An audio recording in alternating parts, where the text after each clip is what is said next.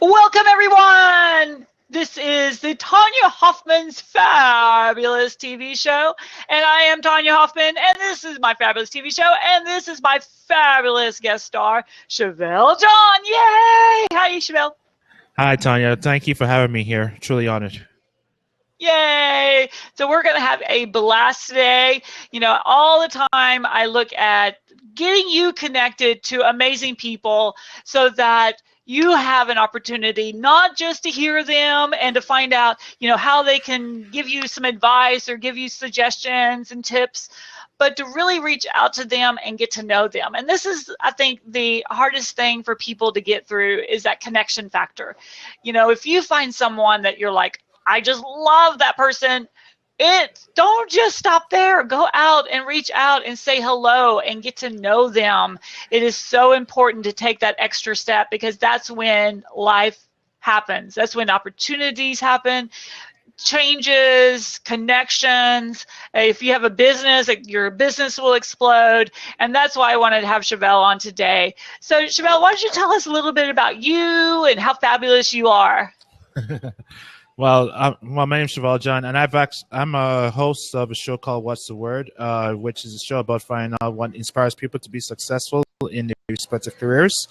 And that is a extension of my media company called Volano Media, which is the company is about helping sports organizations on how to use social media correctly to build a loyal community for the better. And let's just say that show is actually it's an extension, but it's basically out of the box thinking because sports is my comfort zone, and I want to branch out of that comfort zone to get to know people from different careers and how they succeeded for the better. So that's the reason why I decided to go that route with my show. And also, I'm an author of 2 books. First one called Eight Things You Need to Do Before Quitting Your Job, how to prepare for the inevitable layoff. And the second book is called 8 Lessons Every Podcaster Needs to Learn, how to stand out from the crowd with your podcast. And the second book, 8 Lessons Every Podcaster Needs to Learn, it was an Amazon bestseller this year. Yay! Awesome. I know I was just on your show and you asked me, who was my favorite sports team? And I'm like, we all have our, strengths and some areas our weaknesses. But that was great. I've never been asked that question before. Awesome. So who's your favorite team? Well, for baseball, my favorite team is the Chicago Cubs. Football, San Francisco 49ers. And soccer is a team in Argentina called Boca Juniors. And then I'm trying to think. Hockey, like recently, Chicago Blackhawks. Wow, you're like all over the map. You don't just like pick a city. No, not really. Because the way how that happened. Well, for me, I was born and raised in St. Croix, U.S. Virgin Islands, and the way how I became a Chicago Cubs fan was we had WGN. And so, because of growing up watching WGN, I became a Chicago Cubs fan, and it was just a mystique of that team that I really respected a lot that made me became a Chicago Cubs fan. Wow, that's amazing. Do you find that being seeing things through a TV set, right, changed kind of your viewpoint from people that maybe live in Chicago and grew up with it? Does it give you a different perspective for the team? I think to a degree it does. I mean, because we live in a reality, and once you watching TV, it's you want to live your life through the team basically, and the way how we grow up in a culture, cultures is probably different. But if we live here, it's if we live in here, we think our lives is not interesting, and we want to to have that life saying through a television show or through another city. But then, on the end of the day, you learn to appreciate, what you have because you have it good. And many people will want to, wish that they are in your position, like to succeed in a sense, Yeah. like especially like if you're living in the U.S. Virgin Islands. Like for example, like when I tell people that I'm from St. Croix, U.S. Virgin Islands, they tell me, "Oh my goodness, what's it like to live there?" And to me, I'm thinking it's not. I'm not saying nothing, but it's like normal life. The only difference is we have a beach. So Right. Well, and I think it's also perspectives. When you start looking at all of the different people that I get to meet, with the Public Speakers Association, getting to meet speakers, getting to meet amazing people at different conferences, you start seeing that everything is not through your lenses, because everybody's lenses has grown up differently. Even for my family, we just came back from the holidays, right? And I forget, my mother is such a sports nut. She would have like the big TV on football, and then she'd have the little, small TV, like the portable one on baseball, and then she'd have her radio on basketball, and she would have them all going at the same time. And this is what I grew up with, right? And for me as a kid, I kind of went away from that because all the women in my family were like huge sports nuts. And I just I'm not going to do that. You kind of do the opposite of whatever your family does. So I would just make fun and ask, did they make a goal? And it was, baseball or something. It would drive her nuts. But to her, it's such a facet of her life. She just loves it. And sometimes you kind of miss that. What do you really love that much, right? That someone yeah, could love baseball or football that much, yeah, and it's really, I mean, it's in a sense, sports. Many people can like look at sports as a way of life, for towards the situation. Like for example, like I mentioned, like earlier this year, the Toronto Blue Jays, they came back they were down 2-0 against the Texas Rangers. Sorry to your mom if she's a Texas Rangers fan, but they were down 2-0. They lost those first two games in their home place. That gave Texas the opportunity to shut them down in their stadium in Alton, but they couldn't do it. They lost the next two games to force a game 5 in Toronto. And so it was like Toronto was down, but they had the mindset to believe that they could, force a game 5, and they actually did. Now, the crazy part is in that game 5, they had a crazy play that happened in the top of the 7 when they lost. They were down 3-2. They could have bowed out and said, okay, things not meant for us, but they didn't. And then in the next inning, Rangers committed 3 consecutive errors that led to the bases loaded, and then of course, like a batter later after they got the second run, the run that tied it up, Jose Bautista launched a 3-run home run that basically sent the entire stadium of Toronto into frenzy, and they actually won that series. So that shows that if you have that mindset to believe that you can succeed for the better, you can, nothing will stop you. No Yeah. matter if the situation is dire, you have to have that mindset to believe that you can succeed. And once you have that mindset to succeed for the better, then things will fall into place for you. Yes. And I think, sports is a great analogy to what we do in our own lives. We're always trying to win. We're always trying to be the best, right? And I see a lot of people, they don't realize all of the work that goes in to make that whole thing happen. And that it's usually a team mentality. If you've got one person who's always the catches the wheel, right, and it just won't roll, you have got to figure out how are you going to expand, how are you going to grow, and sometimes get rid of some teammates, and I'm talking family, friends, whatever, that's not on the same team.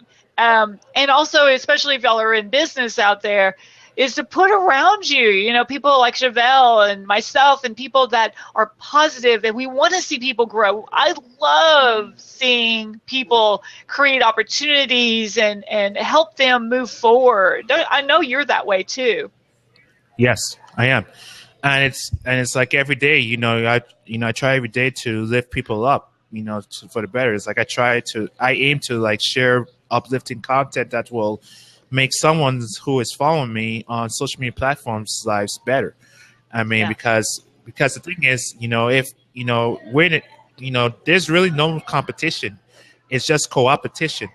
And if you're trying to tear people down, in the long run, you're going to tear yourself down. But if Yeah. you look to lift people up, for the better, no matter if they're if your competition in the same industry, like if you're in public relations, then then in the long run, you're going to benefit for yourself. So I think that's why we have to aim every day to lift people up, no matter what, so that they can succeed, because it's going to come back to you, tenfold, with great success for the better. Yes. Well, and what I see is, there's usually two types of people. Is there people that they open their mouth and it's me, me, me, me, me, me, me, me, me, me, me, and you're just like, it just wears you out. I don't know about you, but after I get over with somebody like that, I'm like, oh, like move on, go away. And a lot of it, as I see it, that it's fears inside of them. It's low self-esteem. When I see people that are putting on a show and they're especially if they've got like this artificial confidence about them, right? It's like, Yeah. don't you know you're already fabulous? You don't have to prove it to anyone. Just go out there and connect to the people that you truly connect with and that get you and that you get them. It has to be a mutual getting.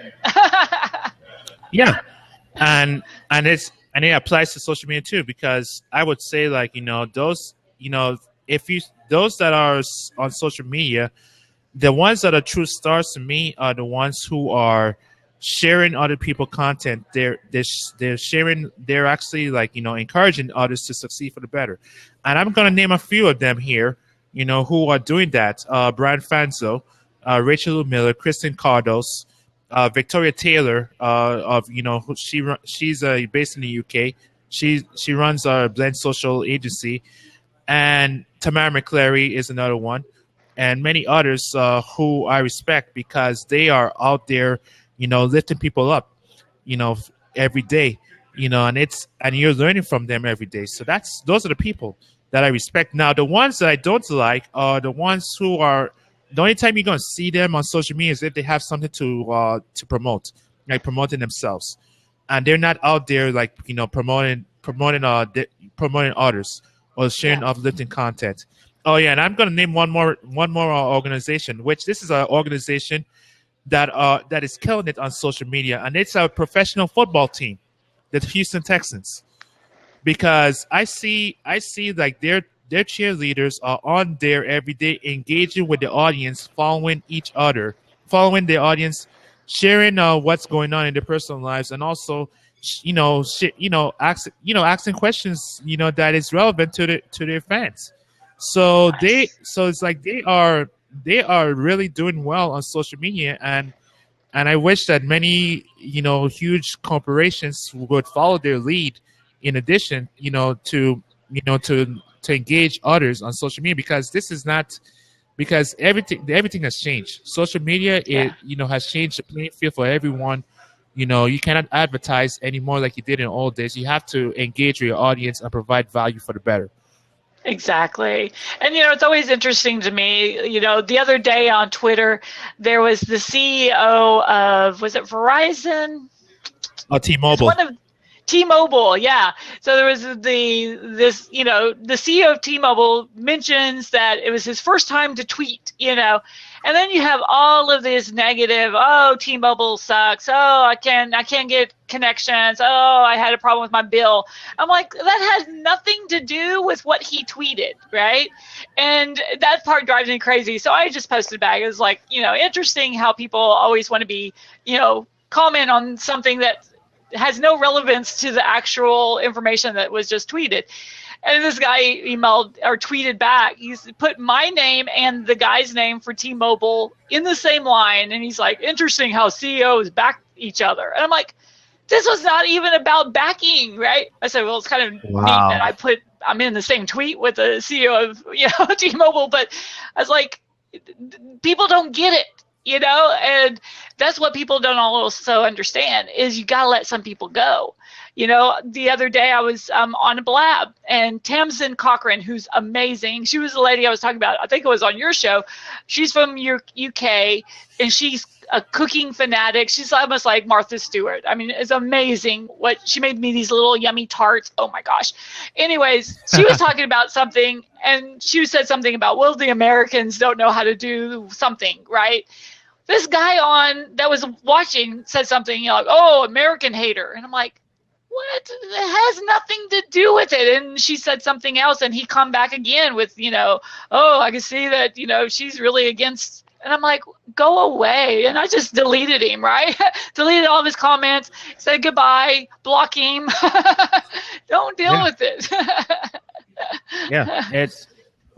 I mean, and it's really, it's really interesting because it's like, I mean, it's like they think that they're out there to they're not it seems as if they're not it's like they don't understand social media in a sense. It's like they all they care about is just promoting themselves. They think this is another way to to gain business and access. They're doing it all wrong.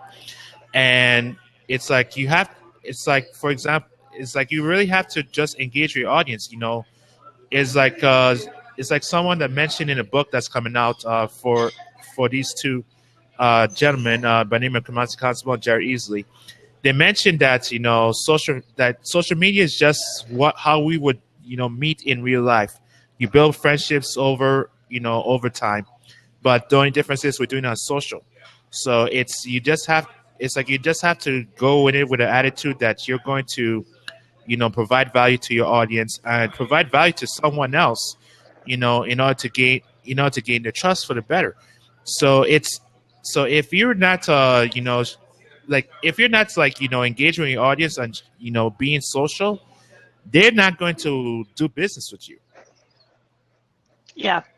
And I'm not a big fan of quotes. Some people, that's all they do is they just post a quote, a quote, a quote, a quote, and to me, that's not being interactive either. Why quote all these other people? You should be talking using your own voice too, don't you think? Yes. Yeah, I mean, I think you could like mix it up a bit. You can have a quote here and there, but don't. But at the same time, you got like lend your opinion on what that quote, if that quote meant something to you. You could share with the audience. But if you just gonna post quotes or just share just for the sake of sharing, then you're missing the boat on what social media is. And it's like you just got to like engage with the audience. Of course I will add on to that with like with this platform called Blab. You know, I'm gonna I don't want to put down this person, but there's a there's this well-known person in a sense who basically blasted Blab and Periscope because he bragged about the fact that he had he was well off because of YouTube, and he didn't understand like why we were talking about these platforms. He basically, I mean, to me, he missed the boat because he didn't understand that these platforms are allowing us to build friendships with people, to interact one on one. You cannot do that. I mean, YouTube's works for him, and I respect that. But if you're not interacting with people one to one, especially here on Periscope or Blab, then you're really missing the boat. And I think that's what many people are missing. And don't Yeah. understand. It's like you have to build trust first with your audience before you can gain business. Well, I think too, a lot of people get really comfortable in a platform, and the thought of doing another platform scares them. So instead of just saying, oh, yeah, there's a new platform to try out, they just bash it. And that's kind of their, see, I don't need to do that. I don't need to learn something new. Yeah, but that's Uh, that's the thing. You have to be open minded. You have to continuously learning every day and evolving. Because if you think you know it all, and you think you don't have to learn anything else, then you're finished in your yeah. business. Well, and that's what I love, like my goal is every year is to look back at myself the year before and not recognize myself. And that's a pretty tough thing a lot of times, is to push yourself into new areas and new opportunities that you didn't think was even available, that you didn't even know was out there a lot of times. I mean, if you had told me a year ago that would be on a live broadcast, I'm like, what? But No. you try it and and it's always that first time, you're frustrated. You're like, I can't get it to work. This isn't working. This didn't do this, whatever. And it's okay. Everyone has their first in something. My first video was like, hello, I'm Tanya Hoffman. I mean, it was awful. The first time I was on AM radio, I was like, hello, this is Tanya Hoffman. And the producer was like, what happened to Tanya? Who is this person? And all I saw was this huge microphone. I was like, you just have to get over it. Yeah. But I mean, but the thing is, and the thing is, you're really not going to be perfect on your first day.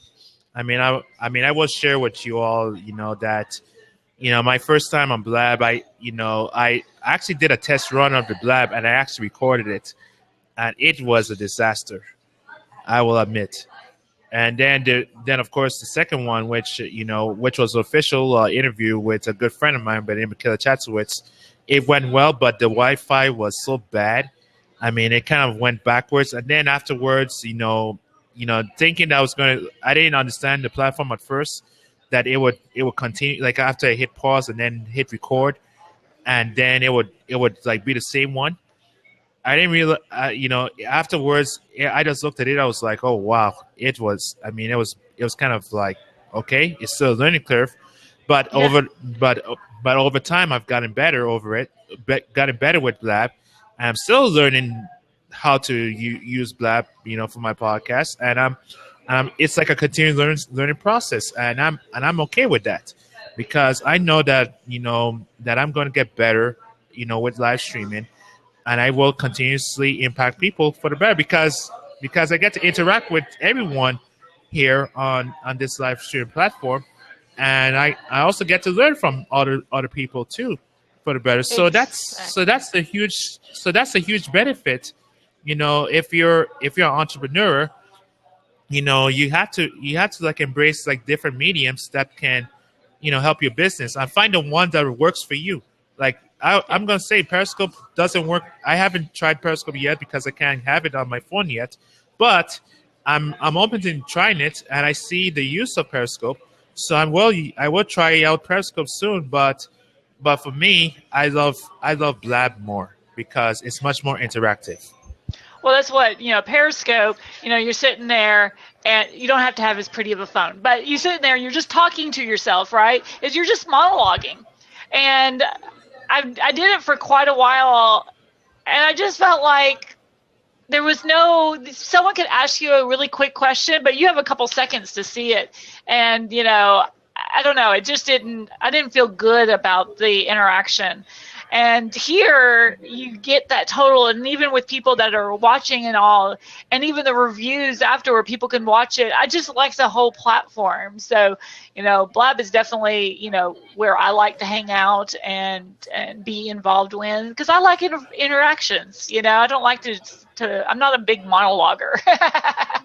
Yeah, And a lot of definitely. people think that, speakers have to be all perfect when they go on stage. But I tell you, some of the worst presentations, I mean, total, crash and burn presentations, they still walk off stage affected somebody. Someone will always walk up to that person, want to do business with them, or want more information or whatever, because there's something that they say. It's about the words that comes out of your mouth. Even if everything else, the PowerPoint's not working, whatever, it doesn't matter. It's who can you change today. And I think if you get over that, it's not about you. It's not about what do people think of you. It's about who can you change their life today. That is the kicker. That's what will make this world much better. Yeah, definitely agree. And it's and that's the way to go, And and for those that will be watching this, I do the majority of my blasts from public places because the Wi-Fi is much better, and and of course, I can, some people can look at me and see, wonder why am I talking to the microphone? In a sense, that makes them curious because that can allow me the opportunity to show them about Blab, like what this platform is all about. So that's really the best part about doing these shows. It's like you can like get to interact with people from around the world, and they can chat with you in real time too.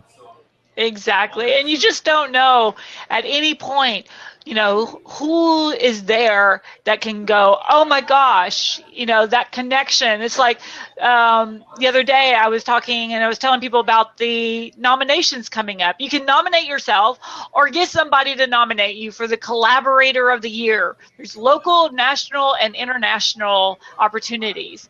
And you just go to Public Speakers with an S conference.com, and our nominations are open right now for our June conference. And a lot of people are like, what do you mean? You can nominate yourself? I'm like, most nominations you can nominate yourself. People think it's funny. I don't usually nominate myself. I usually work out with somebody. I'm like, you nominate me and I'll nominate you, that kind of thing. But you can use that nomination forever, right? Even if you don't win, you can still say you were nominated. And a lot of people will struggle with their bios, especially as speakers, and because they never try anything like that. And I'm like, just do it. Go out there, change somebody's life, change your own life while you're doing it. Yeah, definitely, definitely. So I'll put that in the little side here too, if y'all want to be able to go to that website. But I would love for everyone to be there this year. It's June 26th through the 29th in Palm Springs, California. And we've got fabulous speakers that are going to be, that's the wrong one. That's just the association website. I got too many websites, I tell you. It helps if I can spell. Right. And so we would love for y'all to get nominated. We also have a video contest. I would love for everyone to submit a video. We're going to be posting all of them shortly so that people can be viewing them all year long. But there's lots of different categories. It's under a 5-minute presentation, and it's like, best business tip, best personal story, best personal development tip, so there's lots of different ones that you can submit under. And then again, you could use that in your bios to say, hey, look what I did. I was able to, I'm, in this award contest for the best of whatever. So, do things like that. Yes, sir. Have you done something that you look back, you're like, wow, that was really ballsy of me. That was like, wow, I can't believe I did that. I'm trying to think. Yeah, I'm trying to. Yes, I did. I'm just trying to remember what it was. I mean, have you walked into the Cubs facility or contacted them and go, "Hey, I want to interview y'all"?